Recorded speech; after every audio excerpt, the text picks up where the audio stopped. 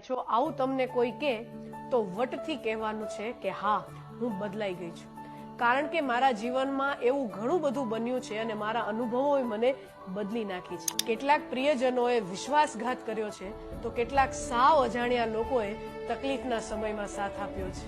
કેટલાક વર્ષો જૂના સંબંધો ઓવરનાઇટ છૂટી ગયા તો કેટલાક સાવ નવા લોકો અંતરંગ મિત્રો બની ગયા.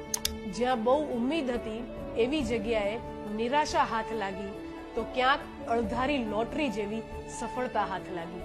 હું ચેન્જ નહીં, અપડેટ થઈ છું, ટ્રાન્સફોર્મ થઈ છું.